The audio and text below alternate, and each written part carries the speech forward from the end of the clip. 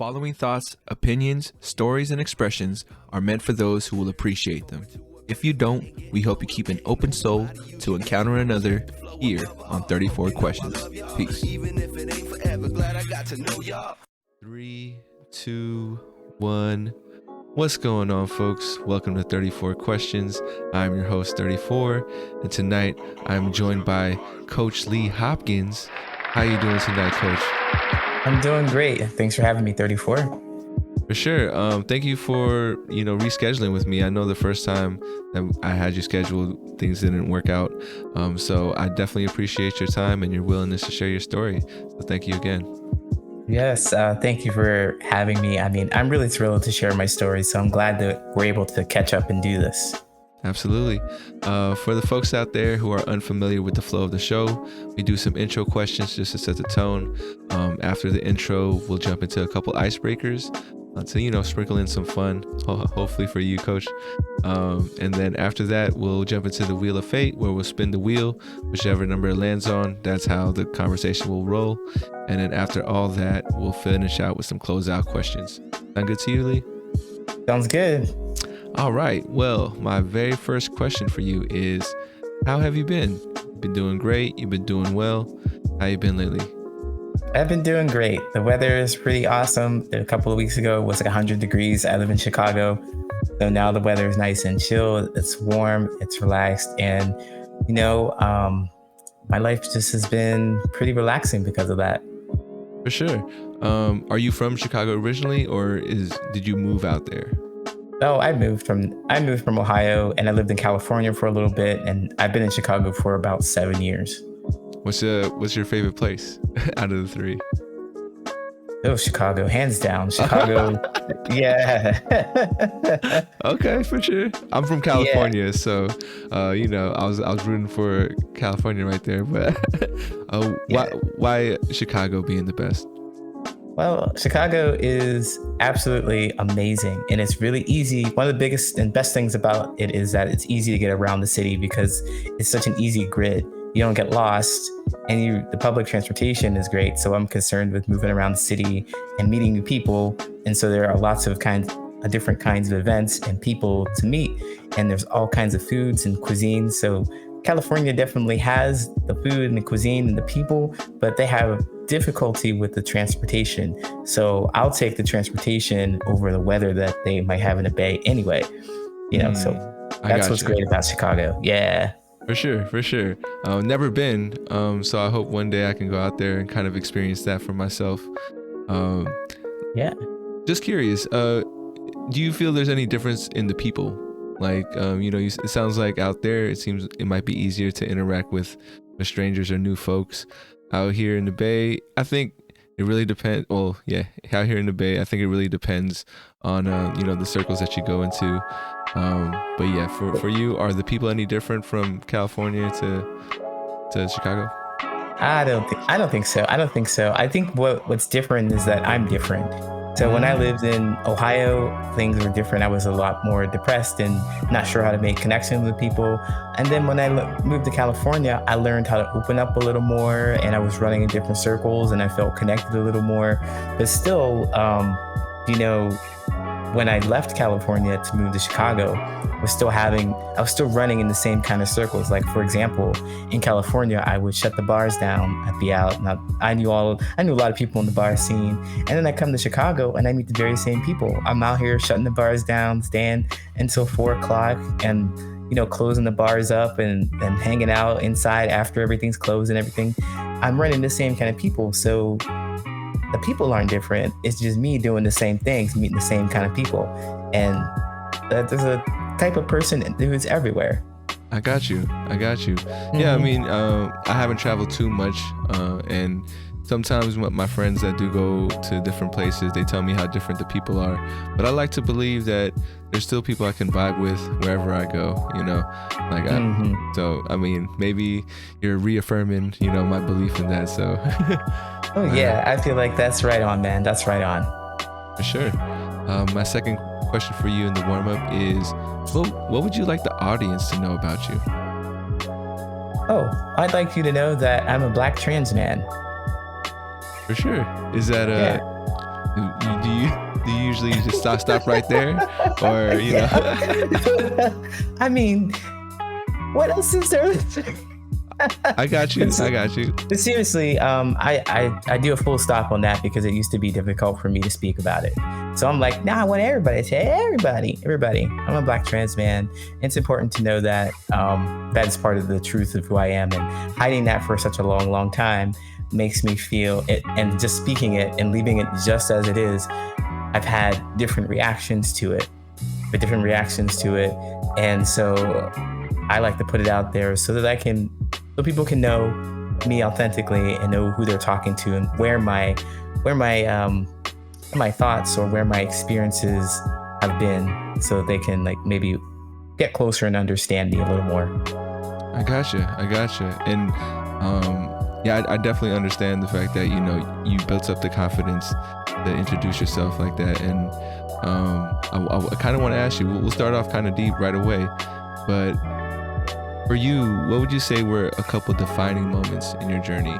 Like maybe parts of your life, a time in your life where, you know, you had to, not had to, but just your thought process and, you know, how you got to who you are today.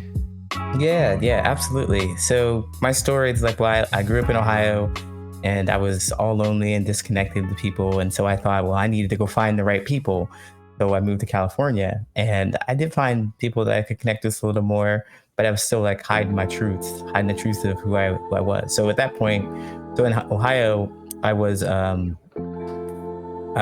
female presenting, or cis woman presenting. Mm-hmm. And I also wanted to date women, which was kind of taboo. So I kind of hid that. And then when I moved to California, it was more liberal and open. So I was like, oh yeah, hey, everybody's got a girlfriend. And it was great. And I was trying to connect with people still, but still hiding the fact that I wanted to be open as a trans man. But I didn't have the language or understanding of what it was.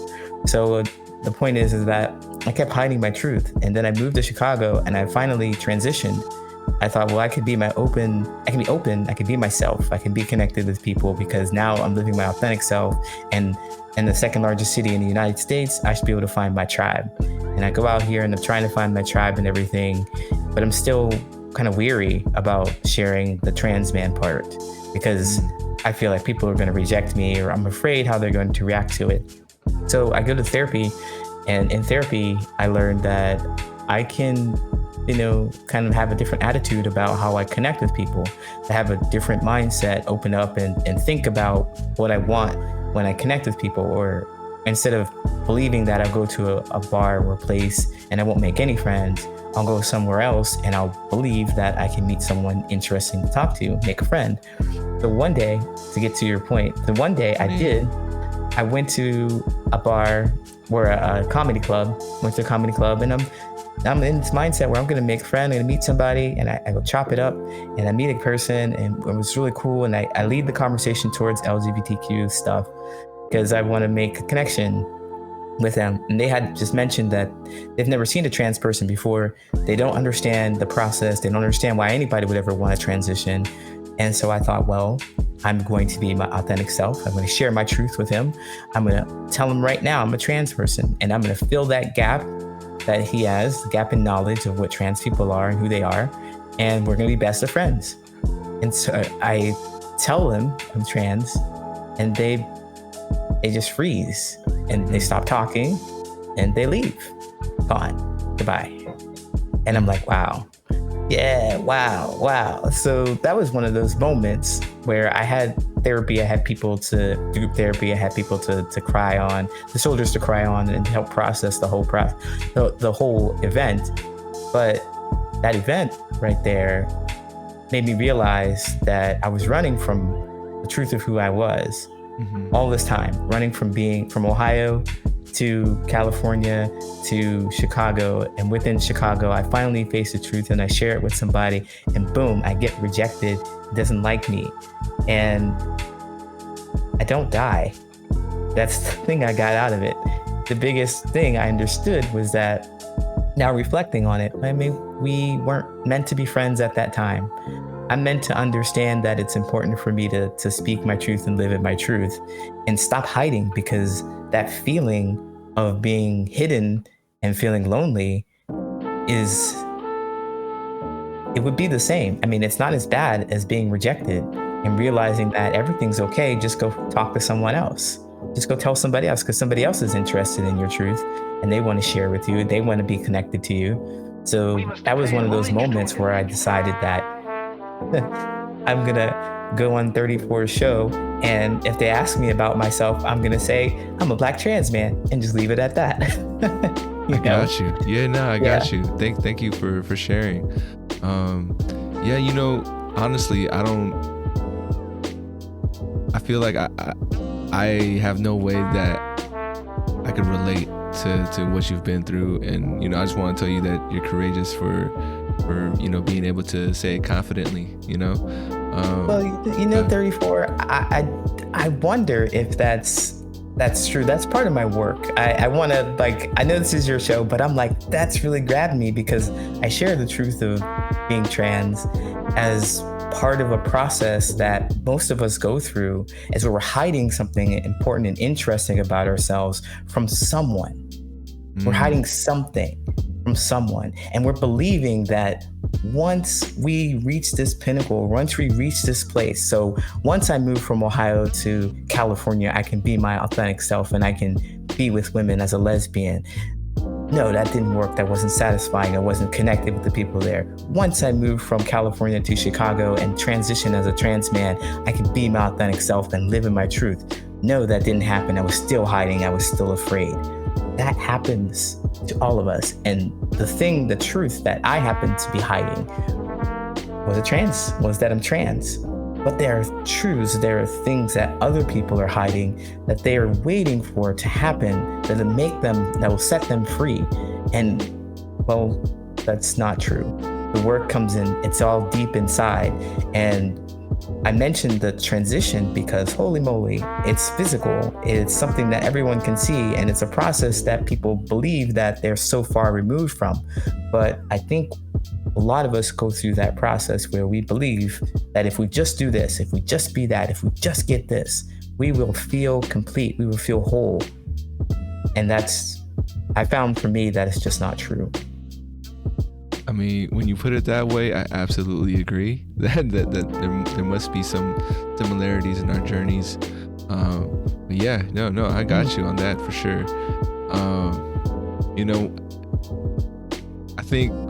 I guess I'll admit it out here. I think I'm an addict in a sense that, you know, I've been smoking weed for a long time and haven't really been able to let it go. And yeah, this is the first time I admit it on camera and to my audience. Well, heck yeah. Yeah. So, and go ahead. Well, I'm astonished, and I'm so grateful for you to open up and share your truth with people. I'm sure that, I mean, people are going to resonate with that, because I know what it's like I know immediately what it's like to not let go of something or not want to let go of something. The feeling, it's normal. And I appreciate that you connected with me in that way. No. I mean, honestly, you've been saying it. I feel like it was just the right time, because it's been on my mind. You know, I don't think I've ever really opened up about it. Never really, you know, looked myself in the mirror and just kind of really admitted it. And I guess this is a lot of what addicts say, you know, is it really a problem? So let me continue to, you know, work on myself. Because I know for me, it's in my mind, I think of it as something that holds me back, but not to a point where I feel like it has a crazy, like, negative impact on my life. It does, I think, keep me from being the person that I know I can be without it. So that's where I'm at with it, as far as, like, you know, my struggle with my addiction. So yeah, I'm hoping in time I can realize more and do things more. But go ahead. Yeah, I'm over here thinking, like, well, I mean, is it a problem? I know that you say that in jest, but I'm like, is it? I mean, is it something that you feel like you should not be doing, or is it something that you just really can see how it impacts you? And if given the choice, you would let go, but you just decide not to? I don't know, like I feel like I've tried in the past before, and I always seem to come back, and so I'd really have to think about that. Is it something that I'm telling myself that I just can't let go of, or is it more self-imposed than it is an actual addiction? Is what I guess I need to figure out for myself as well. But yeah, because there's so much programming that I had to release, some things about myself that I had to let go, or what people told me about the world. I had to go figure it out for myself. It's like, I used to, used to drink a whole lot. And like I said, I shut the bars down. So I didn't realize that I was even having a problem until somebody had casually mentioned it offhand to me one day. Not even directly to me. They just said it in my vicinity about someone having a drinking problem. And I'm like, what makes that happen? People could have said it to me straight to my face, and I'd be like, nah, that's not me. I mean, I believe people have said it to me straight to my face, and nah, that was not me. But the point is that I had to do my own work and evaluation and look into it myself and see how it was. It turned out that I needed to let that go because I wasn't creative with it. I wasn't as creative, or I was sluggish with it. But what I understand for marijuana, when I smoke, I'm more giddy, I'm more excited, I'm more interested, and more creative. And I know it affects people differently. And we don't have as much information about how it works for different people because of, the laws and programming and all that stuff. And I say programming, I mean stuff from what our parents may have told us about what they believed because someone else told them that, without having their own experience with it. For sure. And so I guess what I'm trying to do right now in a meta kind of way is say, man, if there's some kind of shame or something with it, that stuff's just going to get in your way from resolving what it is that you really want to do. Like if you're a badass and you smoke and you get stuff done, then, and nobody can tell you that you shouldn't.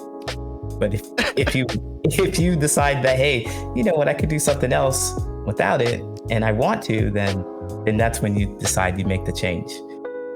I got you. Actually, as you said that last part, I was thinking, do I just try to work harder as I'm high, or do I try to be less high? I think I'm going for the former right now. Because there are people out there who have built personas and businesses around marijuana. So I know it's not, you can't just blame marijuana all the time, but maybe there is something in me that holds me back or keeps me from being as productive as I want to be some days. I mean, for me, I think the focus plays into it. I think I'm more easily distracted when I'm high, to be honest. That makes sense. But when I'm sober, like I can definitely like zone in.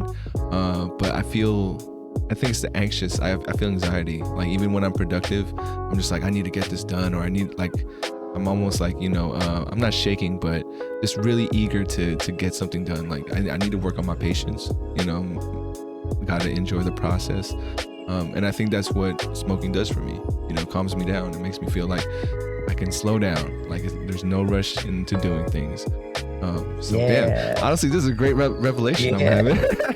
Because I'm feeling that right there. It's because, believe it or not, that happens to me with food and with whatever kind of food. Like if I'm eating healthy and I'm eating the green stuff, but if I'm eating something that is like full of caffeine or whatever, I get that anxious anxiety and jittery stuff happening with me. And I can't focus. I mean, I've got the energy, but it's unfocused. And it sounds like what happens with you is that, you get this relaxing calm and you get to enjoy the experience. And it's not so much of a rush to create and go through it, but you get to enjoy the experience. And man, that's exciting to hear that you had that revelation, because, hey, that's what you basically said life is about. Well, enjoy the process, right? Yeah. I mean, we try. And I think, I don't know for you, but you ever come across like maybe a piece of advice in the background, maybe on a TV show or movie, and it serves like as a reminder, like something you kind of already probably knew, but because you had to see it in a different way or hear it in a different way, it's like, oh yeah, like I should have known that. But yeah, it's like it's timely too. It's like you're in the middle of the process and you forgot that you had this knowledge, but the universe is like, hey, you remember, you know this thing? Apply it right now. Do it right now. That's pretty awesome, 34. Yeah. No, thank you, Coach. Hey. You're helping me out on my podcast. I appreciate it. Third question. Oh, go ahead. You have something to say? Or I'm just really excited because I'm thinking that, well, you're going to ask me the questions and I'm here to learn more about myself. So I'm glad to have contributed something. Oh, absolutely. I think, every guest definitely provides something for me. Someone told me when I started this podcast was like, not only am I, learning by doing the podcast, but they told me imagine how more well-rounded you will be talking to a various group of people. So I think our conversation here is definitely helping me become more well-rounded. My third question for you in the warm-up. We're still in the warm-up, so we haven't even gotten to the icebreakers and Wheel of Fate just yet. But my third question for you in the warm-up is, how would you like to be honored? If there was a way I could express the energy you possess, what kind of act could I do? I love this question. I believe that everybody out there is looking to be understood, and not just understood, but have somebody demonstrate that you understand what they're saying. And I think one of the highest forms of honor is being able to do that. It's like you've demonstrated it already during this show where we talked about me being trans, and you reflected on that for a moment. You're like, yeah, I kind of know where you're coming from about having these experiences where you might want to hide yourself, and then you revealed yourself about the marijuana. So you know exactly what I'm talking about. And I feel that that is the way that I'd like to be honored, with somebody understanding what I'm talking about and demonstrating that they understand what I'm talking about. Quick story. I help people make friendships as a coach. And so I'm out there experimenting and trying to connect with people to see what works for me as well, because I can't go sell something, a product or whatever, to someone if I haven't used it, if I don't believe in it. So I go on Discord and I'm on this chat, and I connect with someone through Reddit, and we have such a great conversation that we move to Discord and we have a voice chat. And in this voice chat, I express a need to be understood. And they flat out deny it. They understand that I want to be understood. Mm-hmm. They know that, but they say that I'm silly, I'm ridiculous, and I'm needy for wanting to be understood. And I'm thinking, man, that doesn't make any sense to me. Why would you do that? It doesn't feel good to me to not be understood. And they wanted me to sit there and explain, and they wanted to explain to me and for me to demonstrate that I understand them, why I should not want to be understood. And I was like, this is ridiculous. I don't feel good about this at all. Yeah. And so then I'm like, some people understand what it is, and maybe they feel withholding that. I felt like when they withheld that understanding when they withheld that understanding, it felt like it was a power play, and it made me feel small. And I thought, well, that's really opposite of disconnecting. I mean, that's really opposite of connecting. I want to be connected with people. And I feel that the biggest honor is for people to pause and to reflect and think, like, how am I like you? I want people to look at me and say, how am I like you? Because again, not just because I'm a trans person, but because I'm a human and I want to be understood. For sure.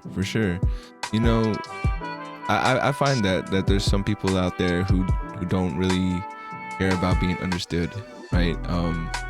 And I don't know for you if you feel like it's a negative or positive thing. For me, I think it does take away some I don't want to call it fear, but just awareness of being judged, or awareness of people maybe misreading what you're saying or doing, because that's one of my goals, is I hope people understand where I'm coming from. In my life, I go to the extreme of being like the nice guy, like I'm always trying to put out this positive energy, or like, be a people pleaser, which for some people can see as like, oh, does he have an agenda, or is he trying to like finesse something because I'm so nice? And I just hope, like, even if I make the wrong decisions or maybe do something that can seem that way, that like my whole thing is to just do the right thing in my mind, which could be wrong in other people's minds. I definitely yeah, right. I can accept that, but I just hope people aren't like, I hope they would ask me, before, just thinking that I do have an agenda, because that really isn't my purpose. For like yourself, I put out not an ad, but a post on Reddit about my podcast. Like I think some people might look at it and be like, oh, this guy, what's he want from me? But for you recognize like, oh, this isn't something that this guy wants from me. It's just more so like the platform of being up there and being able to share your story, which I hope you got, and that's why you agreed to come on. But most definitely, like for me, I just hope people can understand. I sometimes envy people who don't have that need to be understood, because it's like that different level of like fearlessness that they can operate in the world. I don't know. How do you feel about that? I am glad that you asked about that. And it's an interesting point about how people don't want to be understood, or they perceive that they don't want to be understood. I firmly believe, 34, that everybody wants to be understood. And that's what makes the connections with people. The people at the top, the loneliest people who are at the top, they're the people who have all these events and occurrences and experiences in their life that they cannot talk to someone about, because no one else understands what it's like to be in their shoes. So I think people want to connect with other people by expressing how they feel about things. And some people are not good at it, but they still want that expression. For example, people who fight, like the first thing they do is they raise their fist and they punch you in the face. And that's their expression of anger. They are saying something to you, and they want you to understand that maybe they don't like what you're doing. They didn't express it in exact terms about what in the situation frustrated them so much that they had to ball their fist up, put their energy to it, and put it into your face. They weren't able to say what about the situation was, but you did get the message that they didn't like what happened. They didn't like what happened, and boom, they're going to express that to you. And I think people do that. They just do it in ways that other people can't understand. So me on the receiving end, all the information I got, because it was such a physical exchange and not so much a verbal exchange, all the information that I got, but there was something about the situation that they didn't like, and they took it out on me. That's all the information that I got. I don't really understand. Yeah. I don't really understand. And I think that what would happen is that because I don't understand, I would go back into the situation, recreate because maybe I'm the cause of it, or I did something to cause it, recreate the situation, and then boom, I get punched in the face again. And they expressing that they didn't like what I did again. And I didn't get it. I didn't understand it. And they can be frustrated that, man, this guy doesn't get it. Like, what about not sleeping with my wife? Doesn't he understand? I thought I was being clear. But the point is that I think that the way to connect with people, the whole reason why we communicate, is to get some kind of message across to someone about how we're feeling deep inside. And the moment that we reflect that back to another person, like, oh, I get it. I'm going to stay away, or else I'm going to get hurt again. I'm going to follow your rules because this is how you feel about the situation. I think that people really, really, really need that deep down inside, and that keeps us from being connected. So, Gotcha. I gotcha. I'm just curious. So for some, maybe that person, right, that wasn't trying to understand you in that Discord, do you spend more time trying to make them understand, or do you kind of like let it go and, you know, just make peace with not, I guess, agreeing to disagree kind of thing, and you move on? Yeah, that's a great question, 34. I just stopped talking to them. As soon as I realized that they wanted me to understand them, would make no effort to try and understand me or to demonstrate that they understood what I was going for, I stopped talking to them, because they're not listening to me and they're not interested in listening to me. And speaking and saying anything else to them would just be like more, look, I'm not trying to understand you. Look, I'm not trying to understand you, when I want to be heard in this situation. And I mean, I'm not a glutton for punishment, but if I'm going to hurt myself, I'm going to do something fun. I'm going to go smoke some cigarettes, or I'm going to have a bottle of something, you know. I'm going to go do something else. This wasn't fun for me. Yeah, no, I hear you. Thank you for sharing. And now we know to honor you. You know, we got to be willing to understand. And my last question for you in the warm-up, still in the warm-up, is on a scale from 1 to 10, how well do you know yourself? Ooh, I want to say an 8. Gotcha. Why an 8? Because I've done a lot of self-discovery and looking at my triggers and everything, but I'm never really going to completely know myself. So that 10 is not an option. But man, I might be surprised here with some of these questions, so I'm excited to learn. Yeah. For sure. What would you say is your favorite thing about your personality? Oh, being curious. Like, I'm excited about this curiosity that I have discovered about myself. It's just so wonderful and it's fun, and it helps me make difficult problems seem a little more adventurous and fun and less painful. I got you. I'm a pretty curious person myself, and I can see how that can be our advantage sometimes, because when we're faced with problems, it's like, I don't know if it's the same for you, but it's almost like you try to seek every possible like strategy around it or how to get through it. And it's for fun. Sure. All right, so we are done with our warm-up questions, and we'll head over to the icebreakers. But before we do that, I want to remind the audience, if you are enjoying the content, please like if you might, share if you care, subscribe for a vibe you didn't know was there. And then there we go. Let's jump That's into beautiful. I appreciate it. I'm working on it. I'm working on the delivery. It's not there yet, but you know, it gets better every time. All right, so here we are on the icebreaker stage. We have 2. The first one is going to be point of view. I'm going to give you a statement, and then you let me know what your thoughts on it are. If it's true or false, agree or disagree statement.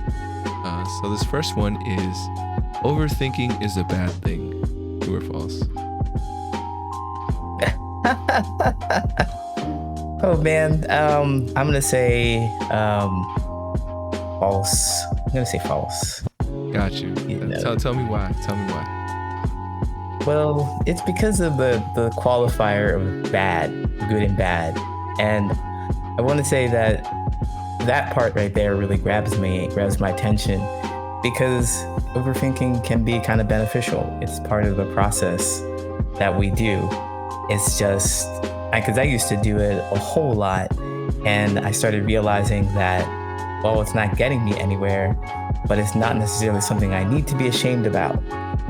It's something that I need to realize is happening, and then all of a sudden it can stop happening. Like, oh, I'm overthinking. Let's just make a decision and see what happens. So the curiosity really helps out there. Let's just make a decision and see what happens. And then I make a decision and oops, well, I didn't like that one. Let's do some more overthinking about it until the time I realize, well, overthinking isn't a bad thing and I shouldn't be ashamed of it. It's just not serving me, and maybe I can stop doing it, and I'm better off saving that energy by making the decision. I got you. Yeah, I mean, this one kind of hits home with me just because I consider myself an overthinker, and it is something I tend to embrace more of instead of feeling shame about it. But I have, since I think throughout my life, more people kind of tell me it is a bad thing or they don't like it when they do it. It's like, for me, I don't see what the problem is, and I'm trying to find ways to defend it. So thank you for more ammunition. Heck yeah. My second statement for you is, it's better to ask for forgiveness than permission. Oh yeah, definitely. Definitely. That's a great, I subscribe to that. Like, don't think about what other people are going to think about. This is what I understand, asking for forgiveness instead of asking for permission. Mm-hmm. If you ask for permission, you're going to be waiting a long time to do anything, because you're giving someone the power to decide whether you can live your life or whether you can enjoy an experience. And I think if you just go ahead and be thoughtful about why you are doing this experience, or how it will benefit you, whatever you want to do, how it will benefit you, and be really clear in the conviction of what it is, then you can be okay with who is impacted by that situation. You can be okay with that, and you can go talk to them about maybe how you hurt them, or maybe how they're disappointed in you or whatnot. But if you wait and you allow people to give you permission or not, you're going to be waiting a long time for the permission, and you're going to resent them if you don't get their permission. So just do the thing and feel your feelings, and then take care of who you've impacted afterward. I got you. That's the first time someone kind of framed it as a power thing in my mind. And yeah, I can totally see it being that way. And another way I kind of thought about it is, how people talk about being unapologetically yourself. Yeah, I feel like that's another way it could kind of be used. But for sure. Thank you for sharing your views. Definitely. Yeah, that's a great way to think about it too. I think that's a phrase that I've heard a lot more of. I don't know how old you are, but I'm 33 or 32. Wow, aging myself. I'm not there yet. I'm 32. I'm 39. Okay. I got you. But yeah, that phrase, unapologetically yourself. Do you think from when we were growing up to where things are now, that there's been that shift of like, be more of an individual, or are people still concerned of like, being a part of a group or clique? Well, I guess my only gauge for this is social media. Okay. And I'm looking at social media thinking that people are really looking hard to be themselves. They're trying to find ways to be themselves. And at the same time, they want to be accepted and understood and part of a group. Mm-hmm. So it's weird, right? I think there's a balance. It is. And I think the balance is that what it means to be a clique or connected with people back in the old days, or I guess maybe other people think about this as having this same kind of experience. Like, oh, we are all fancy, we are all rich, and we're all doing this fancy rich thing. Or we are from the hood and we're doing this fancy hood thing, and we're going to the cookout together and stuff, and having experiences like that, and that unites us, that combines us because we have the same experiences. But I think to be in those situations, it's not really connecting, and it's not really an individualistic thing, even though we want to be individuals. I want to look at those situations and think, well, it's nice that we're connected because we have this experience, but it's really how we feel about this experience that makes us connected. And so we have basic feelings. Like, I know what it is to feel hurt. I know what it is to feel sad. And we look at, if we were just able to look at the feeling that we might have, we can be connected to each other, but still be individuals. So I want to reference back the beginning of this, when we talked about me being trans and hiding my truth, and you also hiding something. We have completely different experiences in life, but we understand that feeling. we can be individuals in this space and still be connected through that. And I think that's what helps us feel like more of a group. Like, I'm kinfolk with you now because, hey, you understand what I'm going through because you explained it yourself. And that's what I think, long roundabout way about that. But that's what I think that, well, people are looking for this idea that they can be individuals, but they want to be understood. And I think they want that feeling about their experience to be understood. And sure enough, because we're all human, we can understand that if we just put a little work into it. We don't have to change and be a different person. We just have to understand what they're going through. For sure. I think you definitely described, a lot of the reason why I try to do what I do, and, be able to allow people to find that understanding. Because that's, for me, I'm not trying to like boast, like, humble brag or anything, but I am that kind of person who wants to understand. Like, that's, I try to give people that so much space. And, I work with high schoolers, right? And, some of my coworkers can attest that I give them too long of a leash, like when they're doing something that maybe they shouldn't be doing, or maybe, taking some things a little too far for other people's liking. But for me, I try to, get to the real core of it. Like, I know safety is our biggest thing. So if they're not hurting anyone, but they're just being silly or knuckleheads, I'm like, okay, be a knucklehead. But then afterwards, it's like, for me, I just try to remember what it's like to be a kid. And I think a lot of the people that have, I think, good careers in youth work and youth development are the ones that still remember what it's like to be a kid, because they can connect on them on a different level. But yeah. Yes, I have to say, man, you're awesome. I mean, I watched some of the previews before I came. I watched a couple of previews before I came on this show, and I recognized that you definitely everything that I thought that you were going to be, as far as a curious, compassionate, genuine person who just wants to let people have their own experiences and take a look at them for yourself and be like, wow, that's interesting. It's an interesting experience. Yeah. And then, yeah, I love that. Thank you, Coach. Thank you. And I'm glad. I'm always appreciative of the kind words. And I think I'm not the only one. I feel like in similar ways we're alike in that sense as well. So we're folks out here just trying to understand people, and I think it's a new wave, man. We doing it, and and it's happening. So we'll see because of us and the people like us. Yes. I'm curious to see how the world will change and grow, discovering itself in many ways.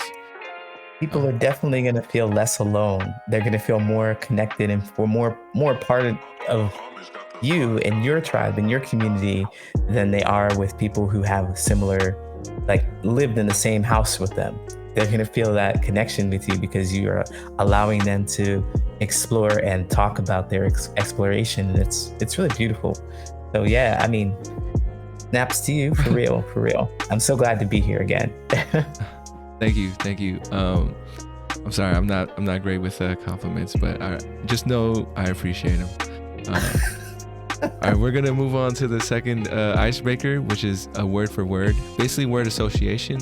I'm gonna give you a word, you give me the first thought or first word that pops up in your mind, but you have 34 seconds to do so, and the record is 12 right now. So it's like a little bit of pressure, but no pressure, just for fun kind of thing. But let me know when you're ready. Okay, I'm ready. All right, countdown begins in 3, 2, 1. Happiness. Sadness. Food. Greens. Family. Friends. Art. Work. Past. Present. Culture. Future. Success. Money. Conflict. Pain. Dope. Amin. Dance. Dance revolution. Life. Death. For sure. That was 11. You were almost there. Oh. Sorry, you were close. Well, you were gonna say something? Sorry. That was really interesting and fun. I really enjoyed that. For sure. That's I think been the a favorite so far. I had a lot of people give me feedback as far as like, you gotta do something more fun on your show, man. It's too like it's too deep all the time. So I'm glad you enjoyed that. Let's see. But yeah, so you said family, and then you related to friends. Why did friends come up in your mind? So that's just what people say, friends and family. It's like a thing that is just, that pops up and it kind of flows with it. I mean, that's part of, I guess, conditioning. I got you. Yeah. I got you. Yeah. For you, would you say, so there was I'm going to relate it to one of the statements that I didn't give you, but it is blood is thicker than water. When it comes to friends and family, where are you on that statement? Blood is thicker than water, meaning that family is more important than friends. See, I hate how they say it's more important, right? But I think it's just that loyalty, right? Like, you know, if one of my friends are beefing with one of my family members, I'm obligated to be on my family side. So that's how I kind of take it. Oh, okay. I'm a rogue and I have no allegiance. I have allegiance to no one. I have allegiance to myself. And that sounds like out there to say, but hear me out here. I really wanted to do the thing that is the most beneficial for me. And it sounds, but I mean, in truth, I think that is the best thing to do, because I cannot control anybody else's thoughts or feelings and how they behave in the situation. I know how I can show up for people. And if it just so happens to be that my friend is doing something that I agree with, or something that I understand that I'm morally on their side, but I'm not morally on my family side, I'm not obligated to take my family side just because they exist with me. What I would like to do is understand how everybody feels in the situation, maybe not act on anything, but I just want to understand for my own purpose and help everybody understand what's really going on or what they're really feeling. Because if they're beefing, if they're gonna fight, then how does that benefit anybody? Like, I want them to understand, like, for my own understanding too, I want to know, well, how does it benefit you to go through this? Is there something else that we could do? I think that maybe that's a lot more energy than I want to put into it anyway. Honestly, yeah, I'm just kind of like, you guys work it out. Well, it's not my beef, you know. Yeah, I got you. I definitely understand. Yeah.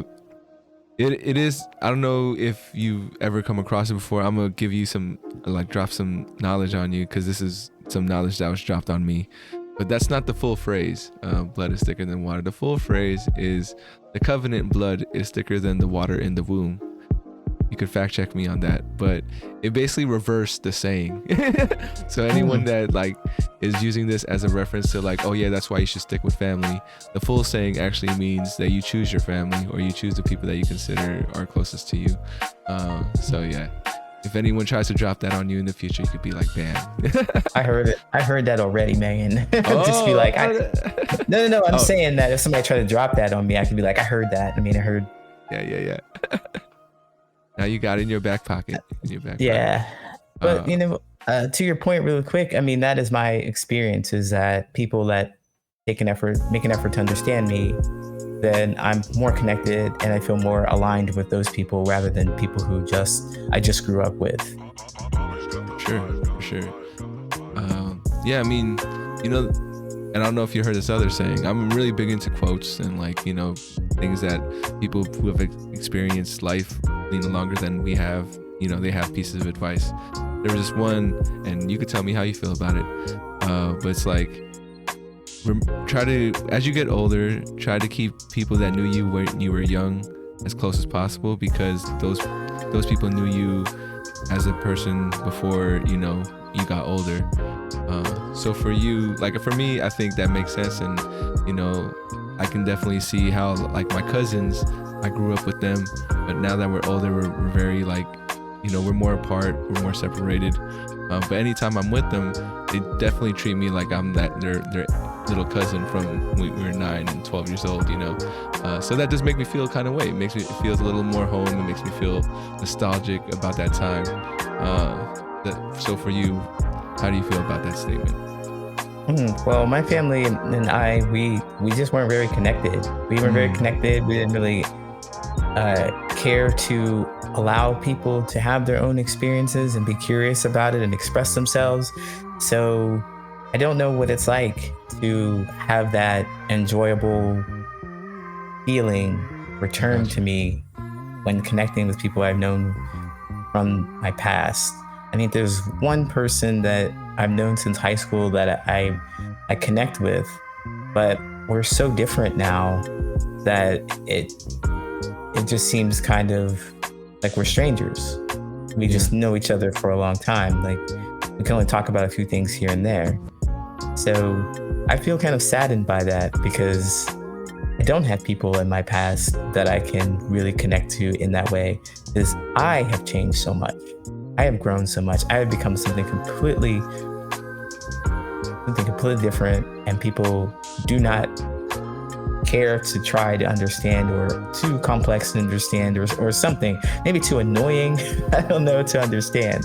But I know that I look at my past and the people in my past, and I'm just such a different person that it's so hard to connect. I got you. And sorry if you know, that did bring you in a less lightful place. But I hope you can feel that your present is going to be a past one day. So hopefully you can find people in your present time that can give you those memories as we get older, you know? Thank you. Yeah, no problem. And so we have about 10 minutes-ish left in the podcast. Wanted to ask if you wanted to do at least one spin of the wheel and see where we land. Yes. Before the closeout. Spin the wheel. Spin the wheel. Here we go. It's popped up on the screen. I know it looks funky on your end. I don't think you'll have a problem, but just as a reminder, if any question is too deep or something you don't want to talk about, feel free to pass. There's no pressure. Okay.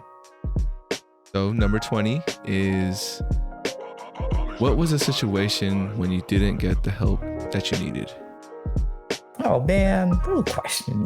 Was that too easy? You want? No, it's not too. It's not too easy. I mean, it's a good question. I really enjoyed these questions and having to think about and return to these spaces. But one of the things the story that I tell about how I was in Ohio and I was early 20s, and I was presenting as female, was dating a guy, and I was living in near college campus. This was summer break, and I just didn't want to go home.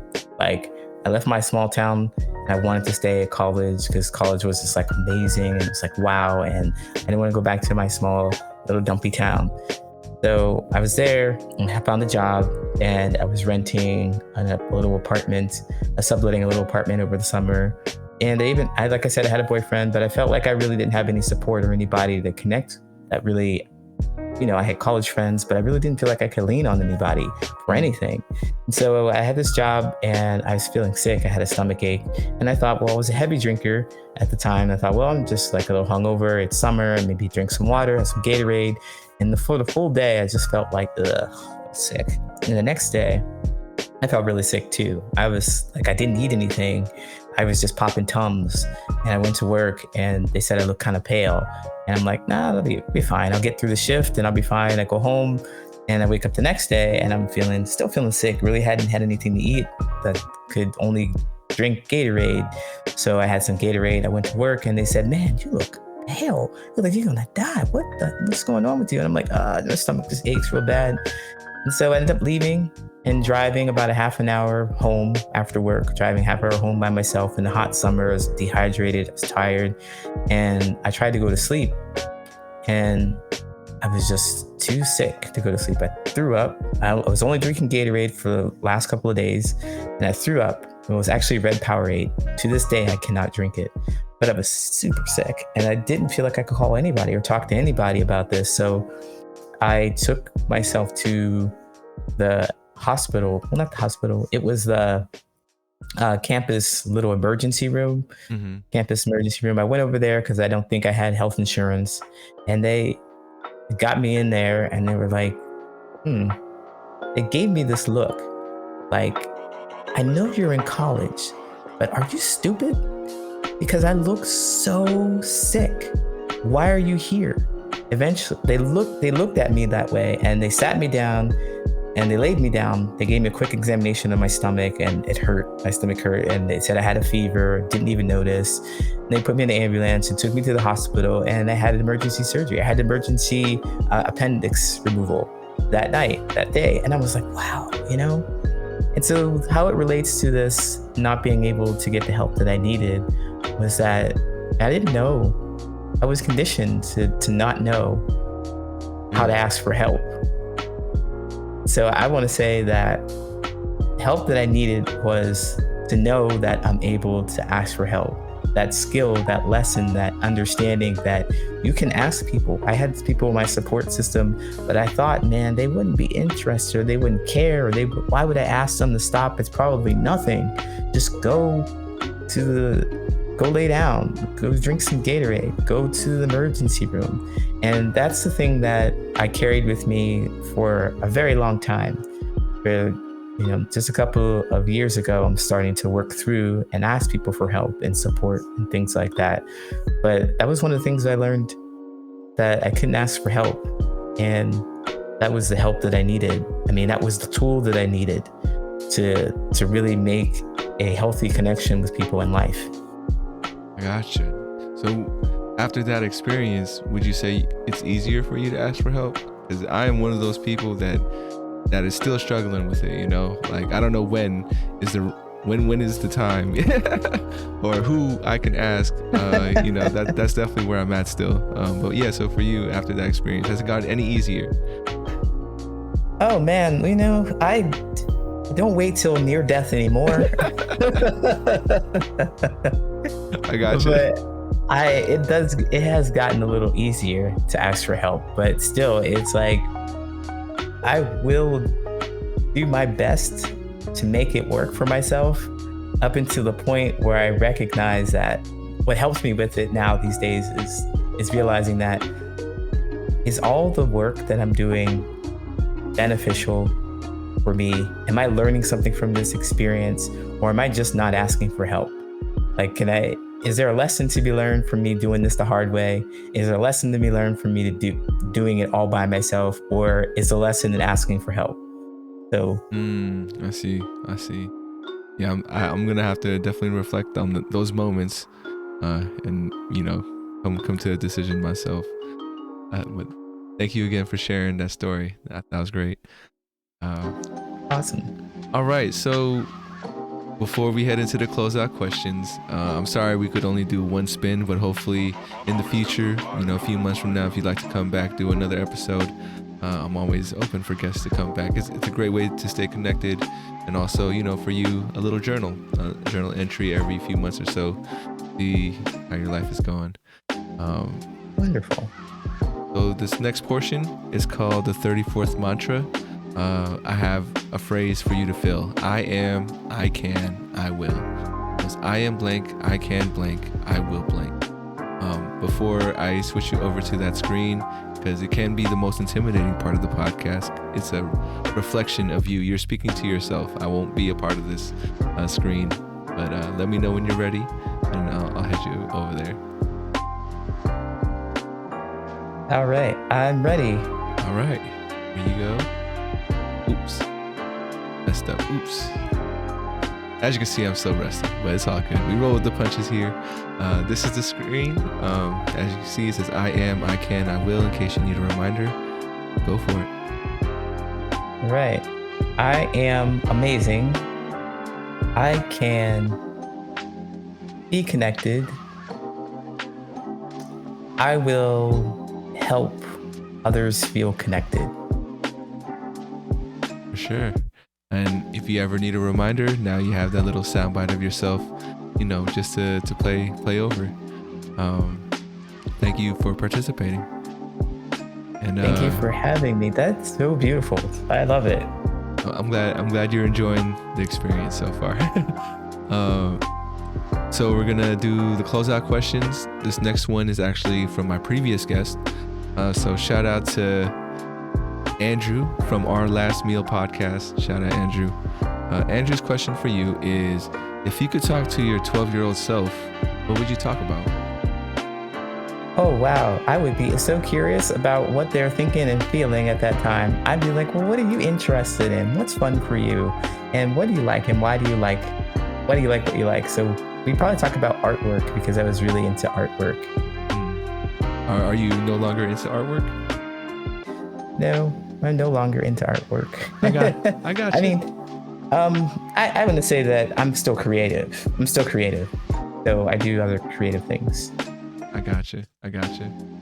Second to last question is, what would you like to ask the next guest that comes on to 34 Questions? Oh man, that's a tough question. Oh, what does it feel like? What does it mean to be connected or understood?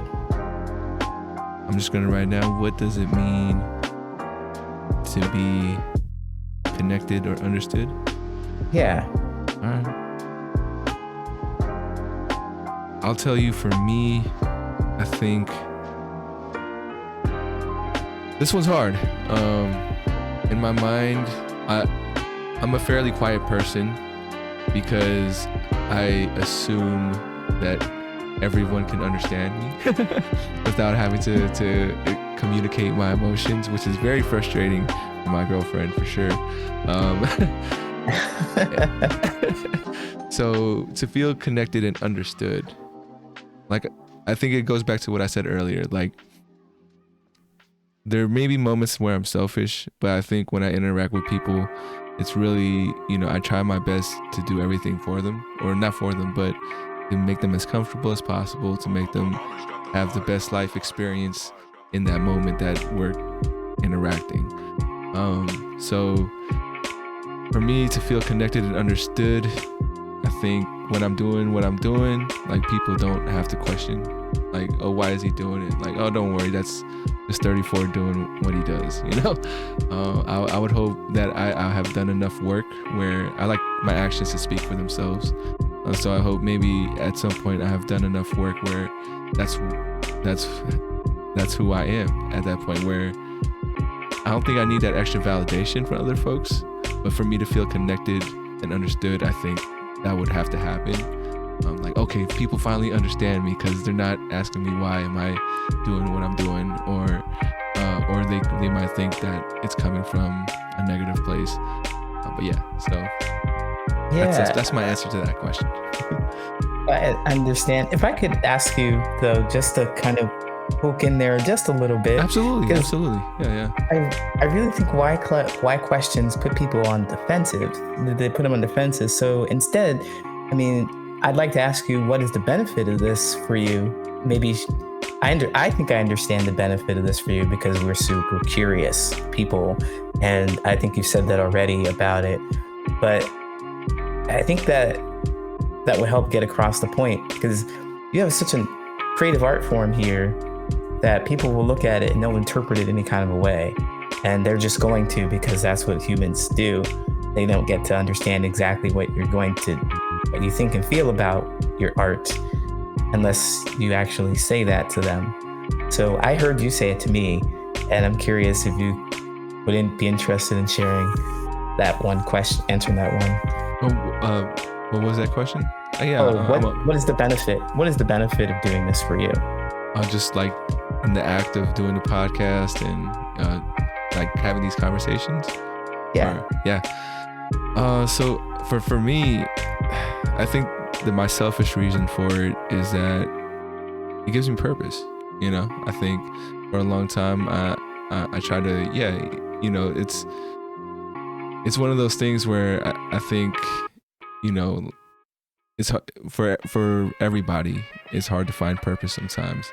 I think for me, finding this is because like when I'm an overthinker, right?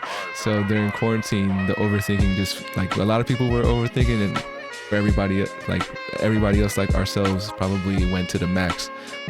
So I did a lot of reflecting and thought about, what I enjoyed throughout my life, because I've also had 17 jobs in like 10 years prior to this podcast. That's what I was doing. I was trying to find like, what fits me and everything. And from that experience, I was like, let me just go back. Let me see what I was like as a child, right? And my parents tell me this all the time, but the first job I ever wanted to do, my dream job when I was young, people would ask me, I said I wanted to be a priest. I wanted to I know. I grew up Catholic. So the first thing at 4 years old, I was like, I want to be a priest. I reflected on that because the next thing I wanted to like really be, at least when I was more conscious about my decision, was I wanted to be a rapper. That was my first like pursuit into entertainment or like fame, was trying to be a rapper. And then so being a priest and being a rapper, I was kind of thinking like, well, how are those two connected? I think it's speaking to people. And to me, the priest in the church during mass was like the dude that everybody listened to, like he would stand up there, kind of give a lecture, a breakdown of whatever passage he might have read that day.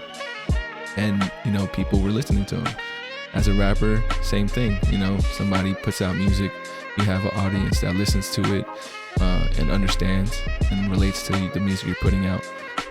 So for me, I was just like, is this something to that? Like I want to be heard.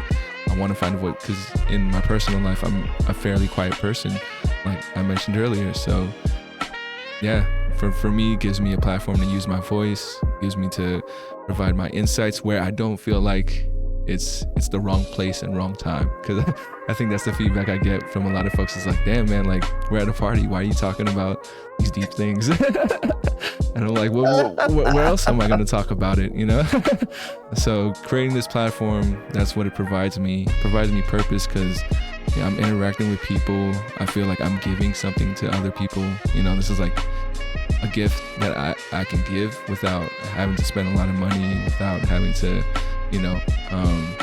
actually be there, because I can't be there for everyone in the world, but we can be online. We can have this conversation through Zoom or Google Meets. So yeah, I think it works for me because it aligns with all those things. It makes me feel like I can do it. It's a confidence builder as well. The more I do it, the more I feel like it's just really happening, and I just got to continue doing it. I haven't. A lot of my folks and my friends who are like, how are you going to make money off this? I'm really not sure, if it's through advertisement or getting some kind of contract deal distribution wise. Like, I don't know, but that's not what I'm focused on. I just hope through every conversation I have, maybe one day, next year, 10 years from now, like I would feel happy if I can just look back and be like, wow, I've talked to this many people, and that their family and friends can watch these videos and be like, especially when they miss them, they can be like, oh, I'm having a conversation with them as we have a conversation. So yeah, that's what it gives me. I'm very fortunate that I have a day job, like working with high school students, that keeps me balanced and not feel like this is my desperation shot. Like, I don't know if that's a good or bad thing. Like, if I didn't have this job with the high school students, maybe I would, feel like I need to dedicate more time into the podcast, and maybe that'll get me further. But at this moment, I know I have unfinished business with the kids, so I'm happy where I'm at right now. And I'm sorry, that was a long-winded answer, but I think I had a lot to say about it, so. Well, that's your purpose, so I understand completely. I'm so glad to hear you say that, and I really feel it myself. There's so much genuineness in that, and it reflects in, the experience that I have here and how you curate the experience and how you're interested in getting to know me and how you're open and you want to share more of yourself. It's not like you're trying to take. I'm here and you're giving as well. And truth be told, you say it is a selfish thing for you to want to do this? Well, I came here for a selfish reason myself. I just wanted to learn more about myself.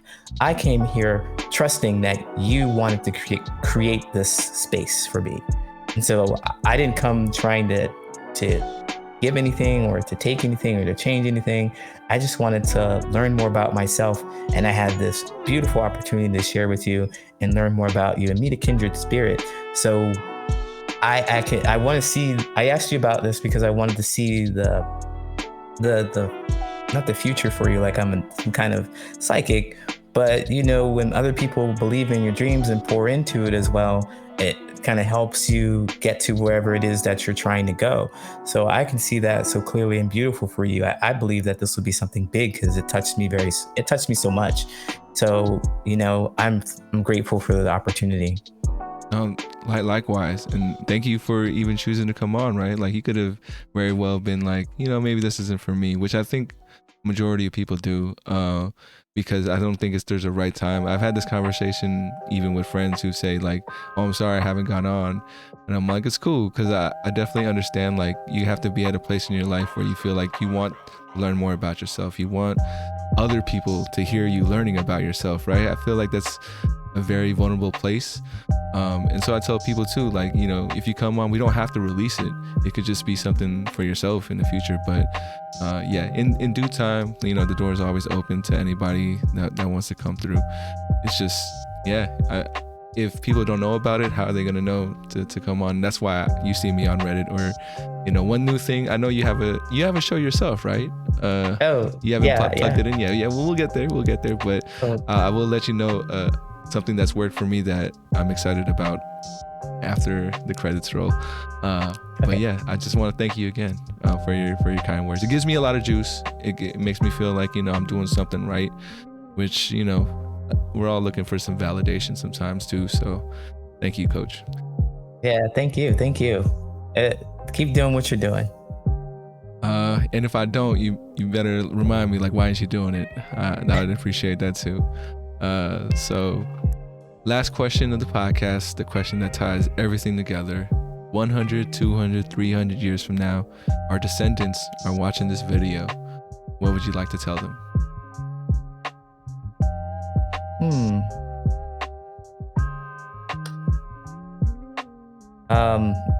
So something cheesy like, be yourself. Be curious and be yourself. I mean, I can imagine that so much will be different in the future in those 200, 500 years, and things have changed, but the desire to be understood and desire to be connected, desire to be authentic, I don't think those things will change. So do those. Gotcha. Now they know. If you out there watching in the future, be yourself. I think that never changes, right? Right. All right. Well, we made it to the end of the podcast. Before we head out, is there any last things you'd like to add? Especially about your show, other folks where to find you. Oh yeah, my show is called Patterns of Possibility, and I tell stories about my experiences and what I've learned from my experiences. So you can find that at and you can find me at patternsofpossibility.com. And you can find me on social media at Patterns of Possibility on TikTok, Instagram, Facebook, wherever social media is. For sure. And please shoot me any links that you might have so I could just put it in my description down below once it gets out there. But yeah, want to thank you again, Coach Lee, for stopping by. I thought this was a great conversation, and I hope you had fun. I did, for sure. Thanks for having me again. Absolutely. For the folks out there, I want to thank you as well for your time. If you're watching on YouTube, listening on Spotify or Apple Podcasts, definitely appreciate your time as well. So thank you. Remember to reach out, reach forward. As always, much love, and we'll catch you guys next time on 34 Questions. Peace. And it fades out from there.